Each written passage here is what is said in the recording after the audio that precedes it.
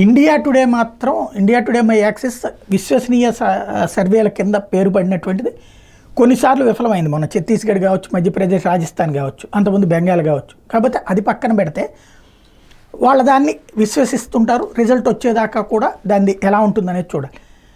ఒక సంచలనమైనటువంటి ప్రిడిక్షన్ ఇచ్చింది నిన్న. హైదరాబాద్లో మాధవీలత గెలుపుకి కూడా అవకాశం ఉంది అన్నటువంటి. వాస్తవంగా హైదరాబాద్ పార్లమెంటు స్థానంలో పోటీలో ఉన్నామంటే ఉండటం, బీజేపీకి సంప్రదాయంగా ఉన్న ఓట్లని సొంతం చేసుకోవడం మాత్రమే జరిగే చోట ఏకంగా విజయావకాశాలు అన్నటువంటి పాయింట్ సంచలనాత్మకమైనటువంటి విషయమే. అది ఆషామాషి వ్యవహారం కాదు. అది కూడా ఇండియా టుడే అంచనా వేయటం అన్నటువంటిది.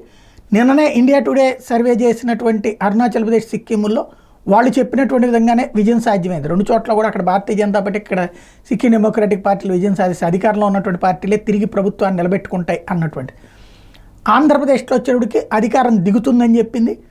ఒరిస్సాలో కూడా అధికారం దిగుతుందని చెప్పింది. ఈ నేపథ్యంలో మాధవీలత గురించి వాళ్ళు ఇచ్చినటువంటి ఎగ్జిట్ పోల్స్ సంచలనమే అవుతున్నాయి.